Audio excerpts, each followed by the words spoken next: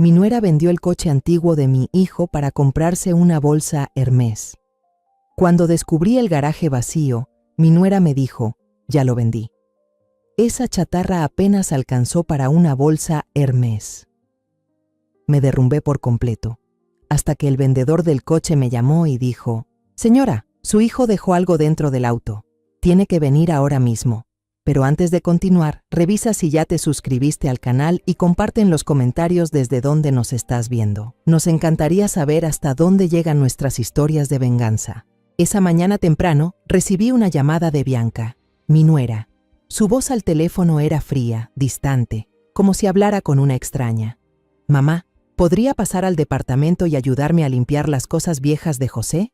Dejé las llaves del departamento y del garaje en el buzón del vestíbulo. Ni una palabra de consuelo, ni una pizca de emoción. Solo alcancé a responder sí, y la línea se cortó.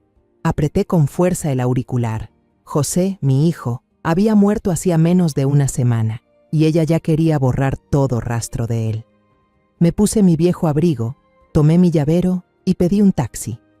Le indiqué al chofer que me llevara al conjunto donde vivían José y Bianca.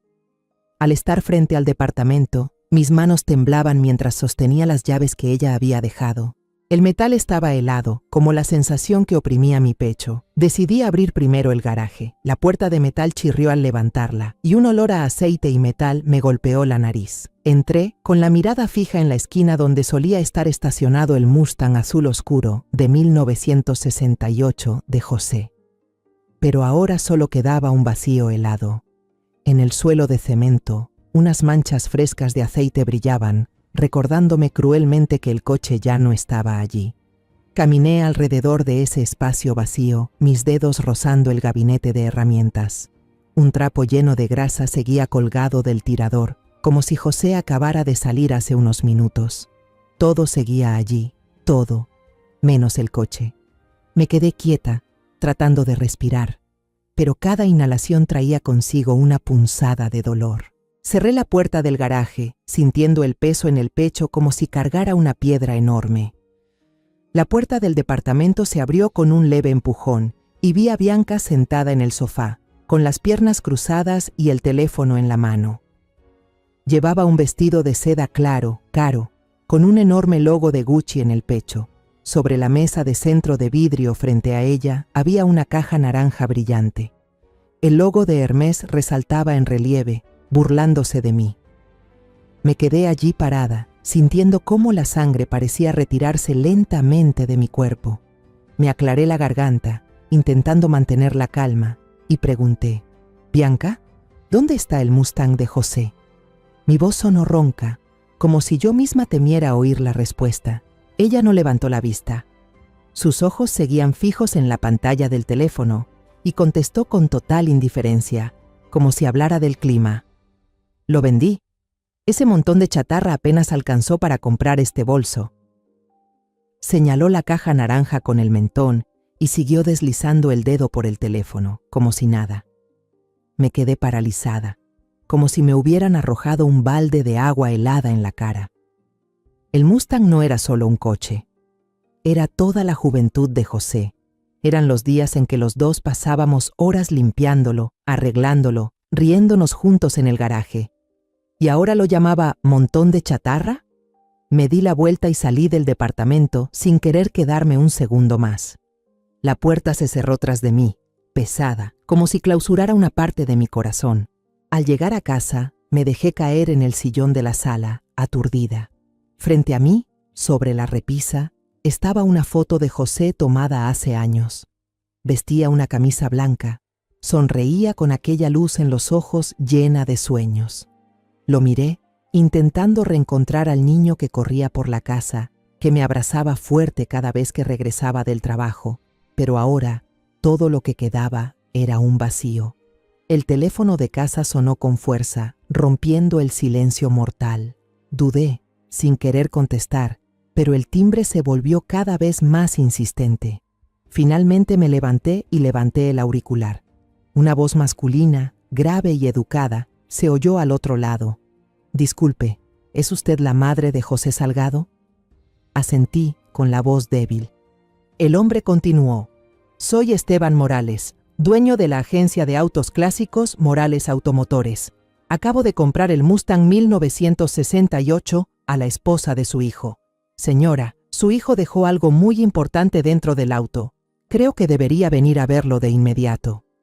Mi corazón comenzó a latir con fuerza, como si quisiera salirse del pecho. ¿Qué cosa?, pregunté, con voz temblorosa. Pero el señor Esteban solo respondió: no puedo decirlo por teléfono. Me dictó la dirección de la agencia, con un tono lleno de compasión, pero también de firmeza. Apresuradamente anoté la dirección en un pedazo de papel, con la mano temblando tanto que las letras quedaron torcidas. Tomé mi billetera, me puse un abrigo viejo y salí corriendo de casa. De pie junto a la acera, hice señas a un taxi que justo pasaba. El taxi avanzó lentamente por las calles familiares de Querétaro, pero yo ni siquiera miré por la ventana. Cerré los ojos y la imagen de Ricardo, mi esposo, apareció con claridad. El día que murió de un infarto, sentí que el mundo entero se derrumbaba. José tenía solo 12 años, demasiado pequeño para comprender del todo el dolor de perder a su padre. Pero lo intentó, realmente lo intentó, para convertirse en el hombre de la casa. Recuerdo su mirada firme cuando me dijo: «Mamá, yo voy a cuidar de ti». Un niño con hombros delgados, pero esas palabras me dieron la fuerza para seguir adelante. Trabajé sin descanso, enseñando en 2 escuelas y tomando clases nocturnas, solo para asegurarme de que José estudiara en la mejor universidad posible. Quería que tuviera el futuro que su padre no alcanzó a construir. Luego recordé el día en que José llegó a casa con un montón de chatarra que llamó un tesoro. Era un Mustang 1968, viejo y oxidado, pero en los ojos de José era un sueño hecho realidad. «Mamá, este será mi obra maestra», dijo riendo, con los ojos brillando. Los fines de semana siguientes los pasamos juntos en el garaje. Yo sostenía la linterna mientras él, cubierto de grasa, desmontaba con cuidado cada tornillo, reemplazaba piezas, ajustaba detalles. Una vez, sin querer, derramé pintura sobre mi blusa y José soltó una carcajada, dibujando una mancha en mi nariz con el dedo.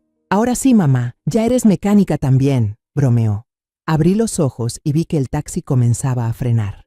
Los recuerdos me llevaron a otro día, el día en que conocí a Bianca por primera vez. Fue en una cena familiar. Ella entró a mi casa con una botella de vino caro y una sonrisa radiante como el sol. Era hermosa, encantadora, y no dejaba de elogiar mis costillas asadas. «Doña María, esto está delicioso. Tiene que enseñarme su secreto», dijo con voz dulce. José, sentado a su lado, la miraba con tanta adoración que parecía que el mundo se reducía a solo ellos dos. Pensé que quizá era la mujer que le traería felicidad a mi hijo. Me alegré, de verdad me alegré, al creer que José había encontrado una compañera digna. Pero después de la boda, todo empezó a cambiar. Las llamadas de José los fines de semana se hicieron menos frecuentes, reemplazadas por mensajes cortos. «¿Cómo está, mamá? Estoy muy ocupado. La próxima semana le llamo». Traté de no preocuparme, diciéndome que era normal en un hombre casado. Pero en el fondo sentía una distancia invisible creciendo entre nosotros. La última vez que José vino a cenar solo, lo vi más delgado. Su sonrisa ya no llegaba a los ojos, y noté un moretón tenue en su muñeca. «Me golpeé con una máquina en el taller», dijo, pero evitó mi mirada. Entonces llegó aquella mañana fatídica. El teléfono sonó mientras preparaba café. La taza cayó al suelo cuando la voz impersonal del policía resonó. «Señora, lamentamos informarle que su hijo, José Salgado, ha fallecido en un accidente en la autopista. Los frenos fallaron por desgaste técnico». No recuerdo qué dije, solo sé que me quedé allí, mirando los pedazos rotos de la taza en el suelo, sintiendo que mi corazón también se rompía en 1000 pedazos. En el funeral, me quedé junto al ataúd de José, mirando su rostro tranquilo, como si solo estuviera dormido. Quise tocarlo, quise llamarlo, pero sabía que era imposible. Bianca estaba en una esquina, sin una sola lágrima. No dejaba de hablar por teléfono, en voz baja, pero lo suficientemente fuerte como para que yo escuchara. «¿Cuándo se libera el dinero del seguro? ¿Es mucho dinero?», Me giré para mirarla, sintiendo un escalofrío recorrerme la espalda. ¿Mi hijo aún sin ser enterrado y ella ya pensando en el dinero? Traté de contener mi repulsión, diciéndome que quizá estaba en shock, que no debía juzgarla, pero en el fondo sabía que algo no estaba bien. El taxi se detuvo frente a un edificio grande con un cartel que brillaba bajo el sol. Morales Automotores. Pagué al conductor. Respiré hondo para calmarme y bajé del coche. Empujé la puerta de vidrio de Morales Automotores. Las paredes estaban cubiertas de fotografías de autos antiguos, cada uno brillando como una joya restaurada con esmero. Un hombre mayor, de cabello entrecano y mirada bondadosa pero firme, salió de una oficina interior. Me tendió la mano, con una sonrisa leve pero llena de compasión. «Señora Duarte, soy Esteban Morales». «Gracias por venir», asentí, estrechando su mano con fuerza. Me invitó a sentarme en una silla de cuero dentro de una pequeña oficina y me sirvió un vaso de agua fría. El señor Morales se sentó frente a mí, entrelazando las manos, con una voz pausada pero sincera. «Lamento mucho la pérdida de su familia. José era un buen muchacho. Venía por aquí de vez en cuando a buscar repuestos. Siempre educado, siempre apasionado al hablar de su Mustang. Al oírlo mencionar a José, el pecho se me apretó. Quise preguntarle qué más sabía de mi hijo, pero solo pude asentir. Me contó que su hija, Sofía, una joven mecánica llena de entusiasmo, se había encargado de revisar y limpiar el Mustang cuando el coche llegó al taller. «Sofía es muy cuidadosa», dijo, con un brillo de orgullo en los ojos. Mientras aspiraba el maletero, notó algo extraño en la alfombra del piso. Estaba abultada, no lisa como debería. Por curiosidad, levantó la alfombra y descubrió una placa metálica hecha con mucha precisión, como si fuera parte del coche. Pero en realidad era la tapa de un compartimento secreto. Sus palabras me helaron la sangre. ¿Un compartimento secreto? José nunca me había hablado de algo así. Apreté el borde de la silla, tratando de mantener la calma. ¿Y dentro de ese compartimento, qué había?, pregunté con la voz temblorosa, casi en un susurro. El señor Morales no respondió de inmediato. Solo se levantó y me hizo un gesto para que lo siguiera. «Debería verlo usted misma», dijo con voz grave pero firme. Me condujo al área de exhibición, donde el Mustang azul oscuro de 1968 de José estaba allí, reluciente bajo la luz fluorescente. Se veía incluso más hermoso que la última vez que lo vi, como si hubieran cuidado cada detalle. El señor Morales abrió el maletero y levantó la alfombra del piso con cuidado. Señaló una pequeña palanca casi invisible, oculta hábilmente en una esquina. «Aquí», dijo, moviendo suavemente la palanca.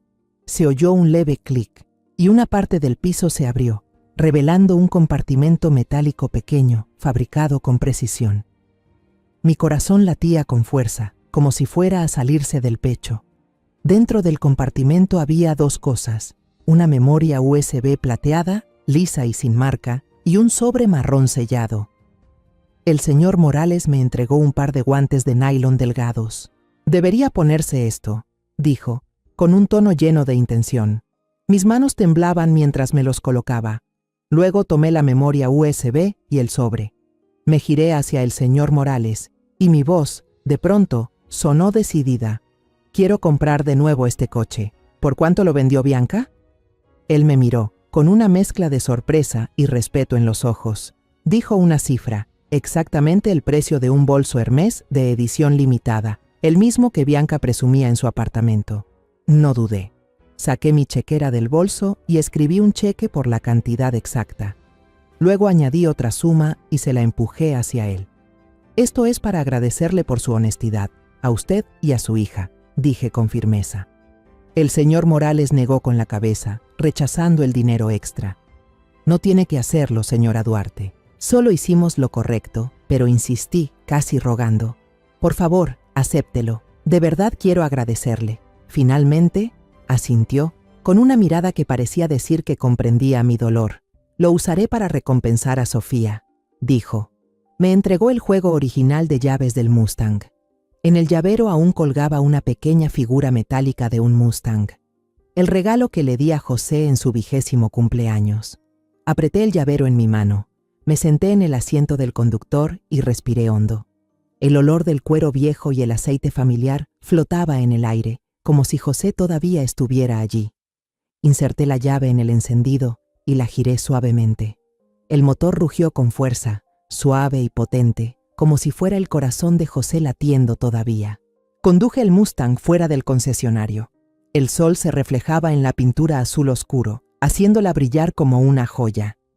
En el bolsillo de mi abrigo, la memoria USB y el sobre ardían, instándome a abrirlos, a descubrir la verdad.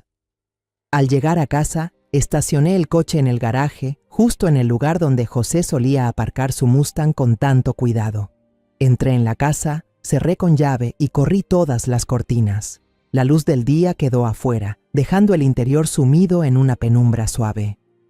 Coloqué la memoria USB plateada y el sobre marrón sobre la mesa de roble. Esos dos pequeños objetos yacían allí, silenciosos, pero como si me suplicaran que los abriera. Me senté, los observé fijamente, con las manos temblorosas sin atreverme a tocarlos. Por fin, saqué un cúter del cajón. La hoja brillaba bajo la tenue luz.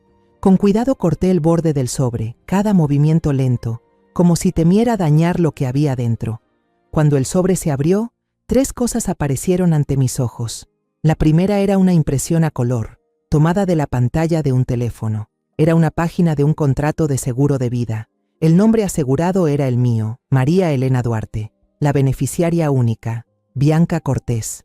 La suma asegurada me mareó. Una cantidad suficiente para vivir sin preocupaciones el resto de la vida. Apreté el papel, sintiendo cómo la sangre se me helaba. Yo nunca había firmado ningún contrato así. La segunda era un trozo de papel arrancado apresuradamente de un cuaderno cuadriculado. Intervenir frenos, sin frenos. Todos pensarán que fue un accidente. Leí y releí la nota. Cada palabra era como una puñalada en el corazón. La tercera eran varios extractos bancarios de la empresa de ingeniería donde trabajaban José y Bianca. Los números bailaban ante mis ojos, grandes sumas de dinero transferidas repetidamente a una cuenta personal desconocida durante meses. Cada transacción llevaba la firma de aprobación de Bianca. Lo comprendí de inmediato. Había malversado fondos de la empresa. Dinero suficiente no solo para comprar un bolso Hermès, sino toda la vida de lujo que siempre soñó. Mis manos temblaban tanto que el papel cayó sobre la mesa. Me levanté, fui a la cocina para servirme un vaso de agua y calmarme, pero temblaba tanto que derramé la jarra. No me importó. Regresé a la mesa y tomé la memoria USB.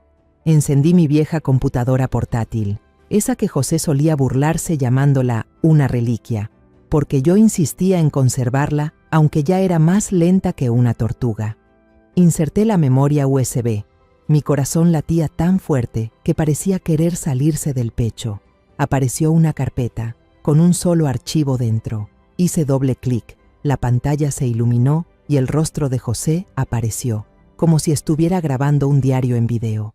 Se veía demacrado, cansado, con los ojos rojos de no dormir durante varias noches, sentado en su despacho en casa. Su voz era ronca, casi un susurro, como si temiera que alguien lo escuchara. En el video, contaba que había descubierto por casualidad unos gastos inusuales en la empresa. Al investigar más, se dio cuenta de que Bianca había desviado una cantidad enorme de dinero. Pensé que era solo codicia, dijo con la voz quebrada. Pero luego encontré un borrador de un contrato de seguro de vida en su computadora. Ella planeaba hacerle daño a mamá. Quería simular un accidente de coche, hacerlo parecer como una falla en los frenos. Dejé de respirar, sintiendo que toda la habitación se venía abajo. La pantalla se apagó de golpe. Me quedé inmóvil frente a ese negro absoluto, con la sensación de que el mundo entero se había hecho trizas. El dolor por la pérdida de José fue reemplazado por una verdad mucho más aterradora. Mi hijo no murió en un accidente, tal vez fue asesinado. Y la responsable era Bianca. Después de ver el video de José, permanecí en silencio en la sala. Cuando empezó a oscurecer, salí de mi aturdimiento. Saqué una memoria USB nueva del cajón y copié con cuidado el video y todos los documentos del sobre. El contrato del seguro, los papeles con notas torpes y los extractos bancarios. Guardé los originales en la vieja caja fuerte de Ricardo, mi difunto esposo, donde solía conservar los recuerdos más valiosos de la familia. La puerta del cofre se cerró con un clic seco. Sabía que no podía llevar todo eso a una comisaría común.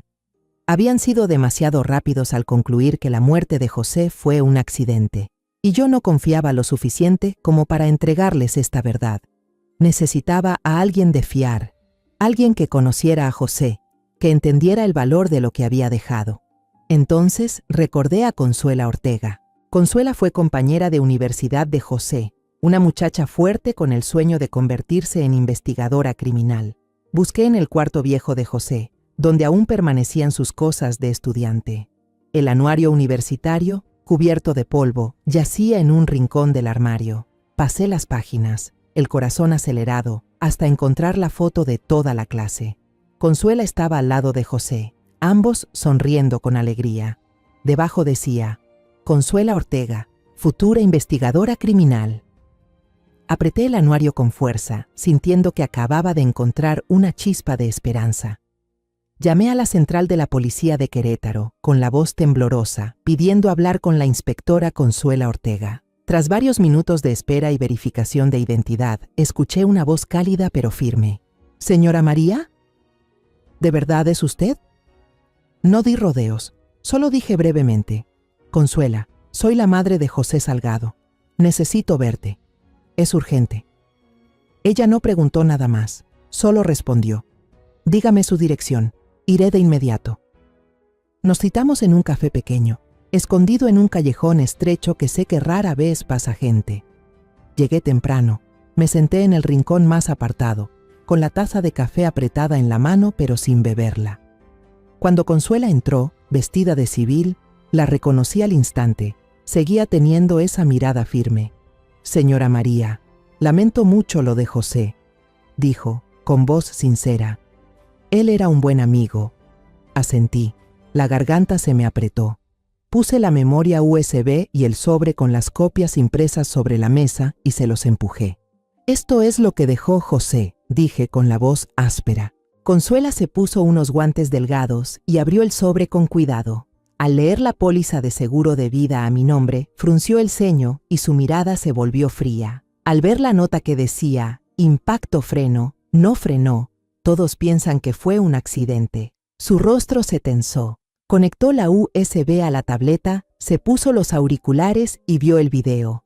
Observé cada movimiento suyo, vi su mandíbula apretarse y sus ojos enrojecerse cuando se quitó los auriculares.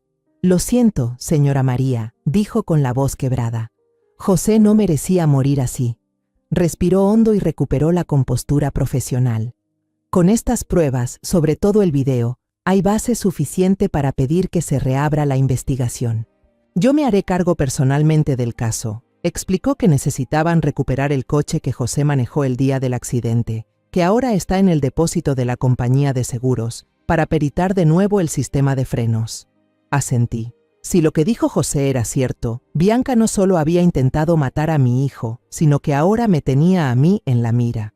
Pasó una semana en silencio y tensión. No salí de casa, me quedé dando vueltas en el garaje, junto al Mustang. El timbre del teléfono me sobresaltó, como un cuchillazo que rompió la calma. Contesté, el corazón me latía a 1000. Sonó la voz de Consuela, fría y rotunda. Señora María, ya tenemos los resultados de la pericia. No fue desgaste técnico. El cable del freno fue cortado intencionalmente con una tenaza profesional. El corte es muy limpio. Esto es un homicidio. No hay duda. Las piernas se me aflojaron y tuve que apoyarme en la mesa para no caer. ¿Cuál es el siguiente paso?, pregunté, débil. Consuela respondió que recopilarían más pruebas contra Bianca, pero que ese proceso tomaría tiempo y debía ser totalmente secreto. Tiene que tener cuidado, dijo. Estoy de acuerdo en que Bianca podría actuar de nuevo, y esta vez usted podría ser el objetivo. Sus palabras me helaron la espalda. No podía quedarme sentada esperando como una presa. Después de colgar, tomé una decisión audaz. Un viejo amigo me había hablado de una agencia de detectives privados de confianza. Me puse en contacto con ellos y les pedí que vigilaran a Bianca, que averiguaran qué hacía y qué planes tenía. Pocos días después, el detective llamó. Su voz era grave y cautelosa. Señora Duarte, Bianca Cortés tiene una gran deuda en los casinos de León. Lo más importante, acaba de comprar un boleto de avión solo de ida a Madrid, con salida el 25 del mes que viene. Parece que se está preparando para huir, lo entendí al instante. Bianca no se iría con las manos vacías. Buscaría la manera de sacar el dinero del seguro que me corresponde antes de desaparecer. Me quedaba menos de un mes. Esa noche, estaba sentada en la cocina cuando sonó el teléfono. En la pantalla apareció el nombre de Bianca y sentí que el corazón se me detenía por un segundo. Respiré hondo, intenté mantener la calma y contesté. Hola mamá, soy yo, ¿cómo está? La voz de Bianca sonaba dulcemente falsa, como si estuviera actuando en una obra escrita por ella misma. Respondí con un tono débil, fingiendo ser una madre anciana y frágil, hundida en el dolor. Estoy bien, Bianca. ¿Y tú? ¿Cómo estás? Hizo unas cuantas preguntas vacías, con una voz monótona, como si estuviera leyendo un guión.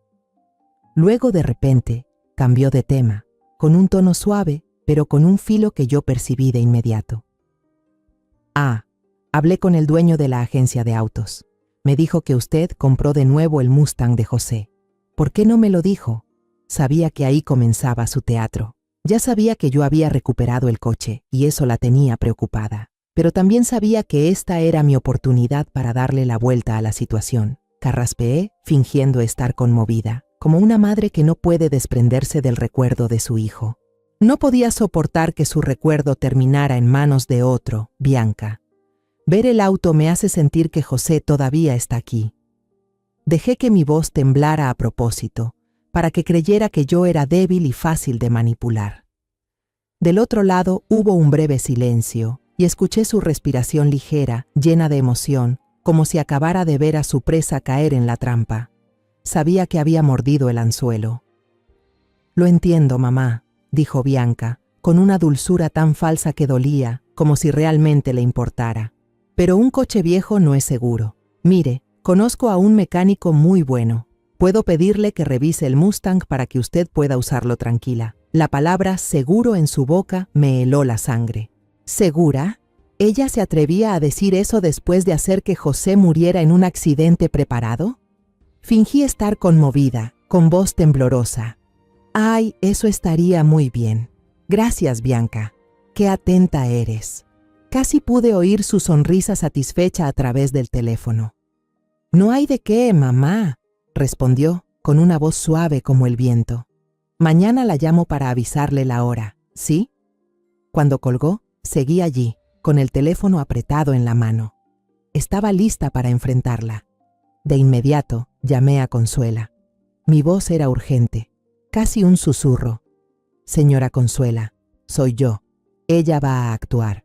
Dijo que mandará a un mecánico a revisar el Mustang. Al otro lado, hubo silencio unos segundos. Escuché cómo Consuela respiraba hondo, procesando la información. Luego habló con firmeza y determinación. Perfecto, señora María. Acepte. Esta es la oportunidad que estábamos esperando. Nosotros nos encargaremos de todo. A la mañana siguiente, sonó el timbre. Abrí la puerta y vi a Consuela. Llevaba un abrigo sencillo, sin ningún indicio de su uniforme policial. Traía un maletín pequeño y una mirada decidida, aunque algo preocupada. Señora María, vine temprano porque no tenemos mucho tiempo, dijo, entrando con paso firme. Asentí, caminando despacio detrás de ella. Consuela puso el maletín sobre la mesa del comedor, lo abrió y dentro había una laptop profesional y una memoria USB nueva. Señora María, antes de que organicemos todo para esta tarde, quiero que vea esto. Mi equipo lo encontró anoche. Su voz era baja, pero sentí la gravedad de cada palabra. Me senté, aferrando el borde de la mesa. Consuela explicó que su equipo había rastreado el recorrido de José el día del accidente, usando los datos de su teléfono. Lo sorprendente era que José no había conducido el Mustang ese día. En lugar de eso, fue a una tienda de autos de alquiler en las afueras de la ciudad, llamada Rápido Rentals. Al principio estábamos muy confundidos, dijo Consuela, con la mirada fría. ¿Por qué José iba a rentar un auto si ya tenía el Mustang? Pero cuando revisamos la cámara de seguridad del local, todo quedó claro.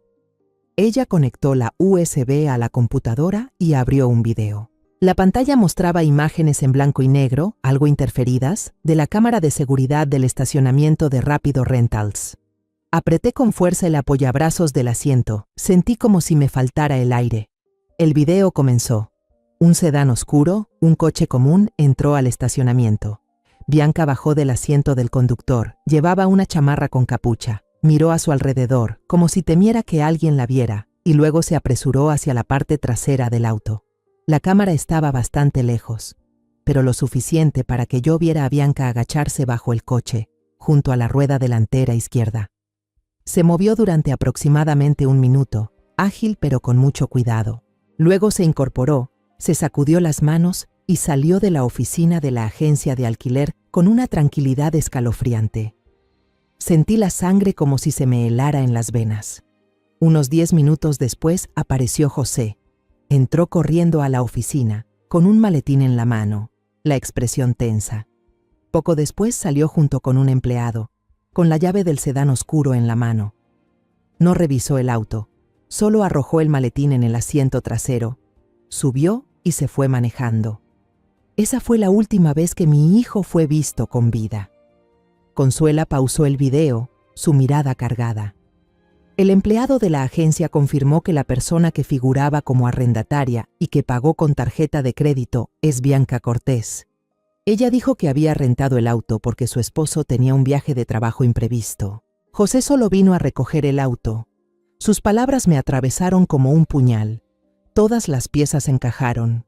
Esto no fue un accidente fortuito, no fue una falla mecánica.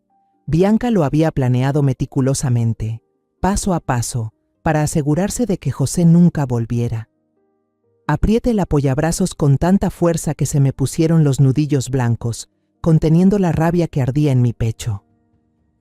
Ella lo hizo todo, susurré, con la voz quebrada. Consuela puso la mano sobre la mía, su mirada llena de compasión. Lo sé, doña María, pero la haremos pagar. En ese instante sonó mi teléfono. En la pantalla aparecía el nombre, Bianca. Mi corazón latía a 1000, como si fuera a romper mi pecho. Miré a Consuela. Ella asintió, con la mirada resuelta. Conteste como si nada. Ponga en manos libres. Necesito oír lo que diga. Respiré hondo, traté de mantener la calma y atendí la llamada. Mamá, soy yo. Sonó la voz de Bianca, dulce como la miel, pero yo percibí la falsedad en cada sílaba. Llamaba para avisar que hoy en la tarde, como a las 3, mi esposo y yo pasaremos. ¿Va a estar en casa, mamá? Miré a Consuela. Ella me animó con la cabeza. Sí, mamá está en casa. Te espero, respondí. Al colgar, sentí que se me doblaban las piernas. Consuela me miró, con una mezcla de dureza y consuelo.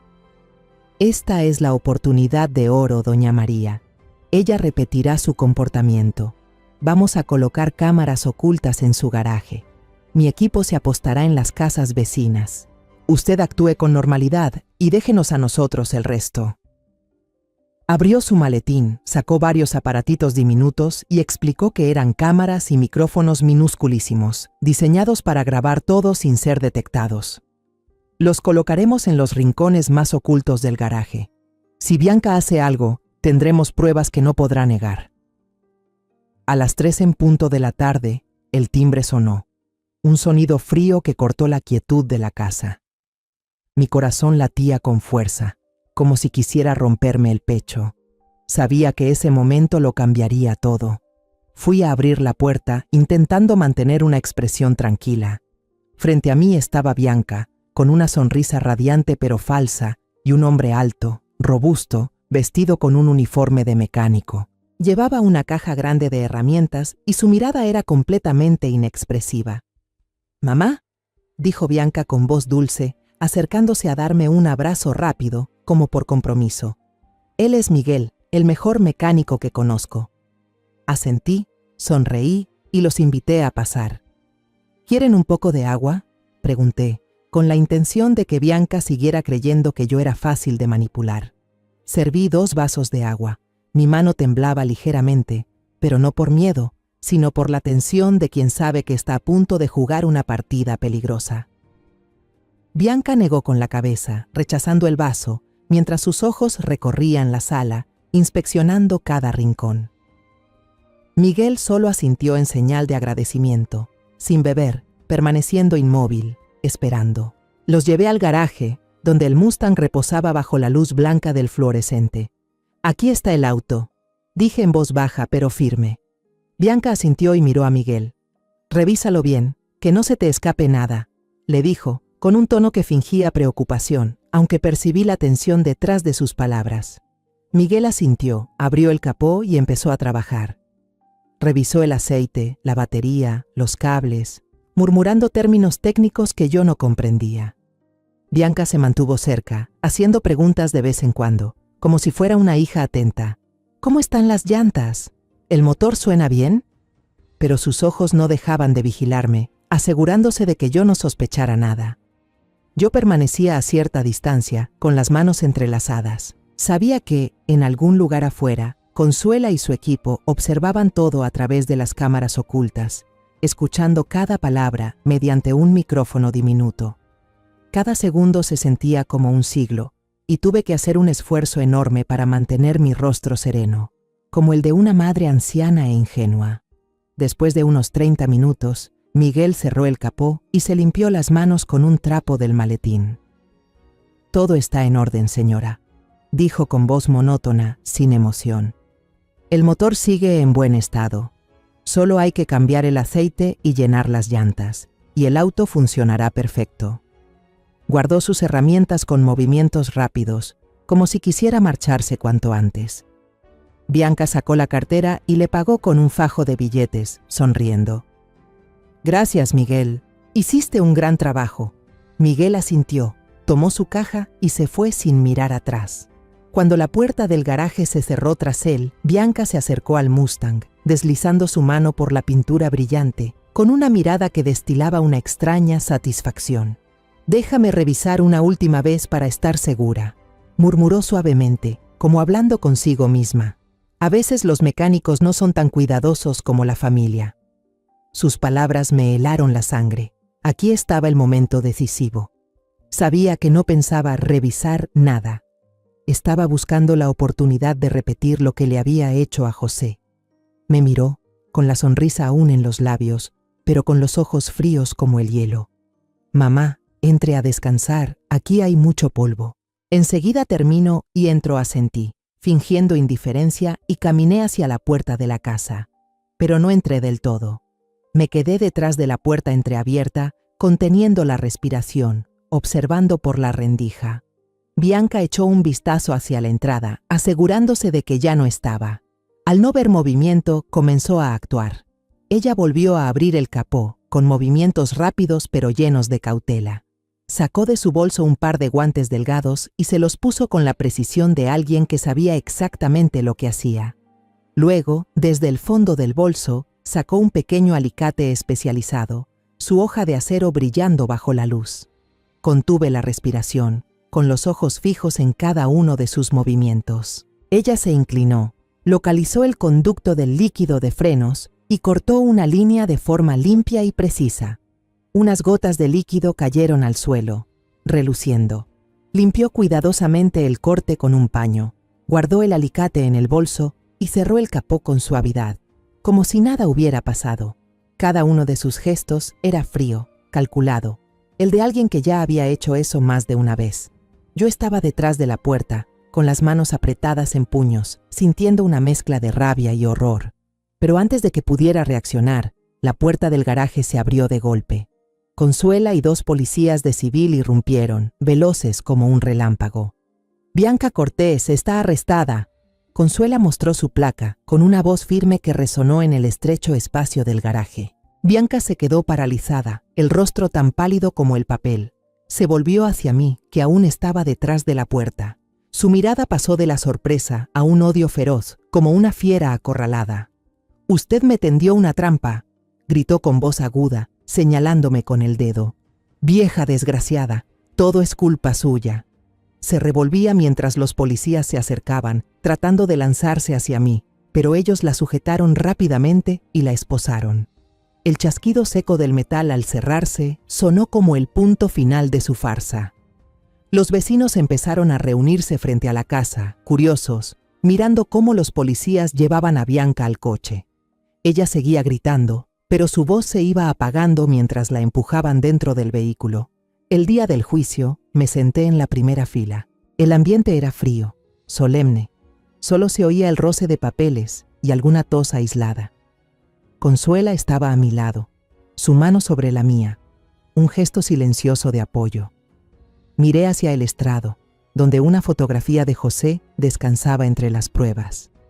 Su rostro radiante parecía mirarme desde allí.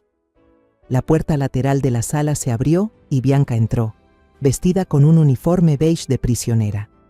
Estaba mucho más delgada, el rostro demacrado, su cabello, antes impecable, recogido de cualquier manera. Me lanzó una mirada cargada de rencor, como si yo fuera la culpable de su caída. La miré directamente a los ojos, sin apartar la vista. Ya no le tenía miedo. El juicio comenzó. El abogado de Bianca, un hombre de mediana edad con un costoso traje, se levantó con una voz segura pero calculadora. Argumentó que no existía una prueba directa que vinculara a Bianca con la muerte de José, que ella era solo una esposa angustiada, engañada por la policía en un momento de crisis emocional. Habló sobre el video en el garaje, asegurando que había sido un acto impulsivo, sin intención de causar daño. Bianca permanecía inmóvil, con el rostro vacío, repitiendo: «Soy inocente» como un loro, siguiendo las indicaciones de su abogado. Llegó el turno de la fiscalía. Una gran pantalla descendió en medio de la sala. La fiscal, una mujer seria con una voz firme y cortante, comenzó: «Presentaremos pruebas que demuestran que la acusada, Bianca Cortés, planificó y ejecutó el intento de asesinato de José Salgado con plena intención». La sala quedó en silencio cuando se proyectó el primer video. Las imágenes de la cámara de seguridad de Rápido Rentals. Bianca se agachaba bajo el coche, manipulando los frenos con escalofriante frialdad, y luego salía tranquilamente de la oficina. Minutos después, José aparecía, tomaba ese coche apresurado y lo conducía, sin saber que sería su último viaje. Bianca empezó a temblar, con las manos aferradas al borde de la mesa. Su abogado se levantó de inmediato, alegando que el video carecía de contexto, pero el juez lo desestimó y ordenó continuar. Se proyectó el segundo video, una imagen nítida de la cámara oculta en mi garaje. Todos en la sala vieron a Bianca, con unos guantes delgados, usando unos alicates para cortar los frenos del Mustang, con movimientos firmes y precisos. El sonido del clic del metal resonó en el silencio absoluto, como una cuchillada en el aire. Escuché los murmullos de la gente a mi alrededor, pero mis ojos no se apartaban de Bianca. Ella bajó la cabeza, el cabello cubriéndole el rostro, pero pude ver cómo le temblaban los hombros. En ese momento, Bianca perdió toda compostura. Se levantó de golpe y gritó: «¡Deténganlo! ¡Deténganlo ya!». Su voz era aguda, llena de pánico, y se sujetaba la cabeza con ambas manos, como si quisiera detener las imágenes en la pantalla. La sala se llenó de ruido. El juez tuvo que golpear el mazo varias veces para imponer orden, pero Bianca no se detuvo, rompió en llanto, y luego el llanto se transformó en una risa histérica, desquiciada. «Sí, fui yo corté los frenos del coche», gritó, con la voz quebrada. La sala entera quedó paralizada, todas las miradas se centraron en ella. Se puso de pie y señaló el retrato de José con una mirada encendida de odio. «Pero no crean que él era inocente. José también era un hipócrita». Sus palabras me atravesaron el corazón como un cuchillo.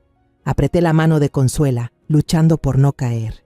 Bianca continuó, con una voz cargada de amargura: «Él malversó dinero de la empresa durante años para enviárselo a su maldita examante en Guadalajara. Ella fracasó en sus negocios y él usó el dinero de la empresa para mantenerla». Sentí que todo me daba vueltas. como si el mundo se derrumbara otra vez. José, mi hijo, mi orgullo, ¿ocultaba algo así? Bianca siguió gritando. Lo descubrí y quise usarlo para obligarlo a callar sobre mis deudas. Pero él me amenazó con denunciarme. Dijo que si moría me arrastraría con él. Entonces supe que había descubierto que yo también había robado. Éramos del mismo tipo de gente. Soltó una risa seca, con la mirada enloquecida. Ese día fue el destino. El cielo me ayudó. El Mustang se le pinchó una llanta y no podía moverse. Estaba desesperado por llegar a una reunión fuera de sí. Yo, tan amable, fui a alquilarle un coche. Él confió en mí, sin sospechar nada, y condujo directo hacia su muerte. La sala del tribunal quedó en un silencio sepulcral. La confesión de Bianca cayó como una ola gigante, arrasándolo todo. Yo me quedé allí, incapaz de llorar o hablar. El dolor por la pérdida de José se mezcló con una verdad devastadora. Mi hijo no era perfecto. También tenía errores, secretos que me había ocultado. El juicio terminó poco después. Con su confesión pública y las pruebas irrefutables, Bianca fue condenada a cadena perpetua por intento de asesinato, fraude de seguros y malversación de fondos. Cuando se la llevaron, ya no me miró. Solo bajó la cabeza y caminó, convertida en una sombra. El caso se cerró, pero las heridas que dejó en mi corazón seguían abiertas.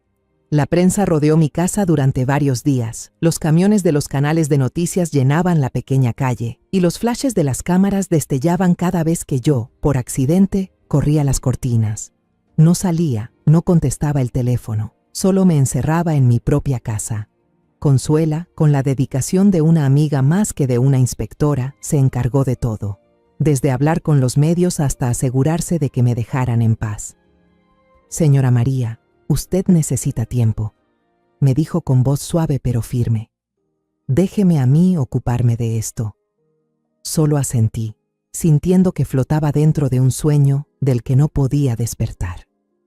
Una semana después, Consuela vino a mi casa con el informe final de la investigación. Se sentó frente a mí en la mesa del comedor, abrió su maletín de siempre y colocó un expediente delante de mí. Señora María, verificamos la declaración de Bianca, comenzó con voz grave.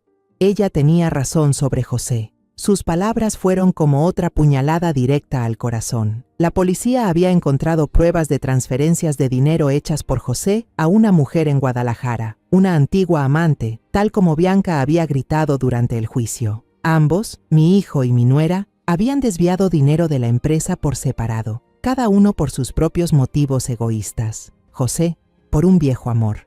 Bianca, por sus deudas de juego y su vida de lujos. Sus culpas los habían arrastrado a un círculo de autodestrucción que también me había consumido a mí, una madre que solo quería amar y proteger a su hijo. Tomé el expediente, pero no lo abrí.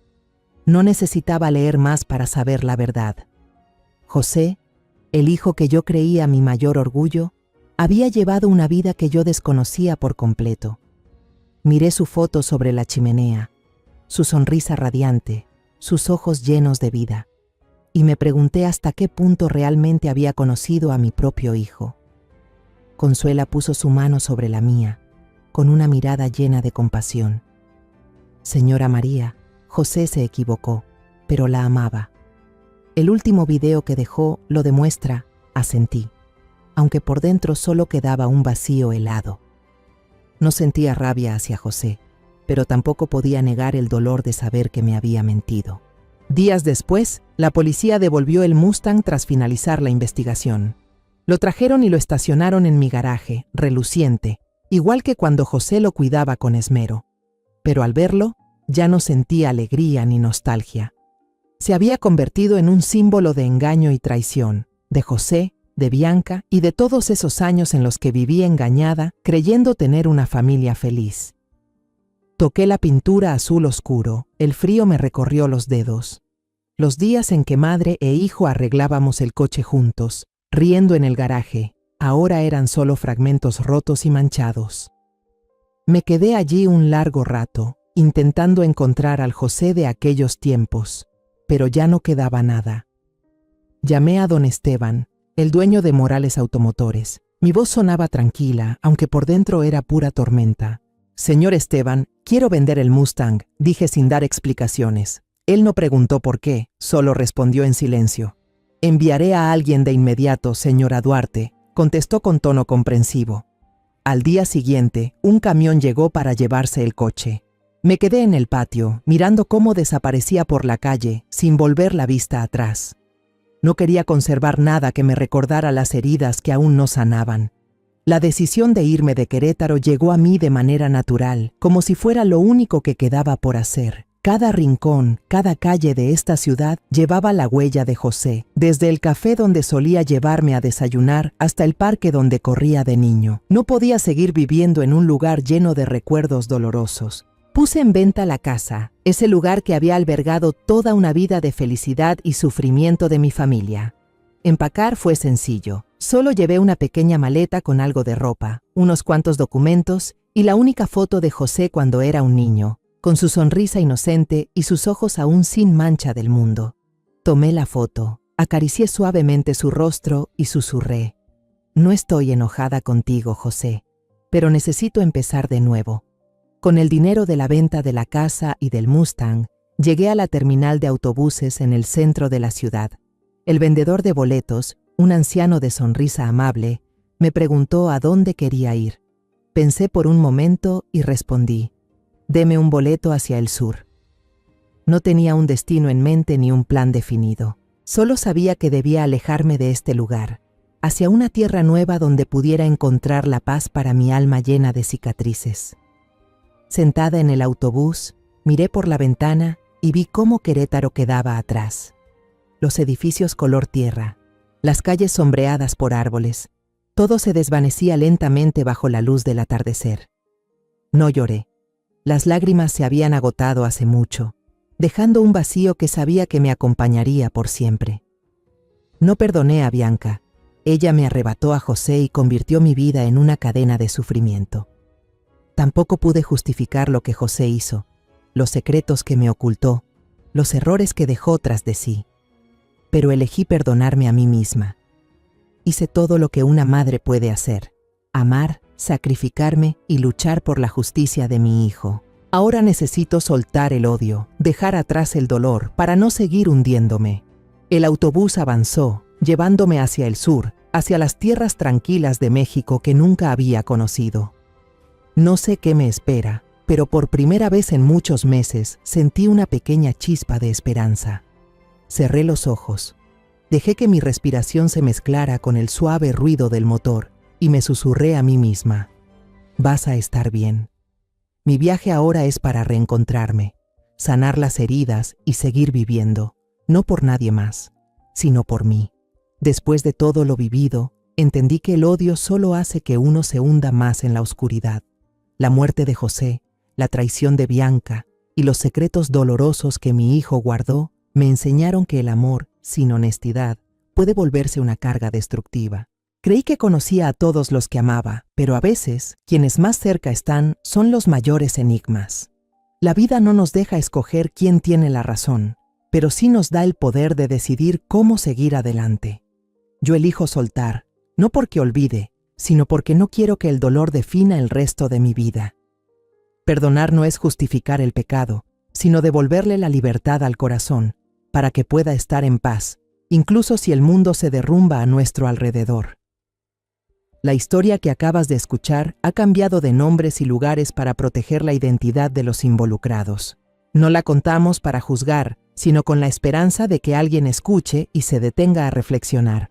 ¿Cuántas madres están sufriendo en silencio dentro de su propio hogar? En verdad me pregunto, si tú estuvieras en mi lugar, ¿qué harías? ¿Elegirías el silencio para mantener la paz o tendrías el valor de enfrentarlo todo para recuperar tu voz? Quiero saber tu opinión, porque cada historia puede convertirse en una vela que ilumine el camino de alguien más. Dios siempre bendice, y estoy segura de que la valentía nos llevará a días mejores. Ahora, en la pantalla final, dejaré 2 de las historias más queridas del canal. Creo que te sorprenderán. Gracias por quedarte conmigo hasta este momento.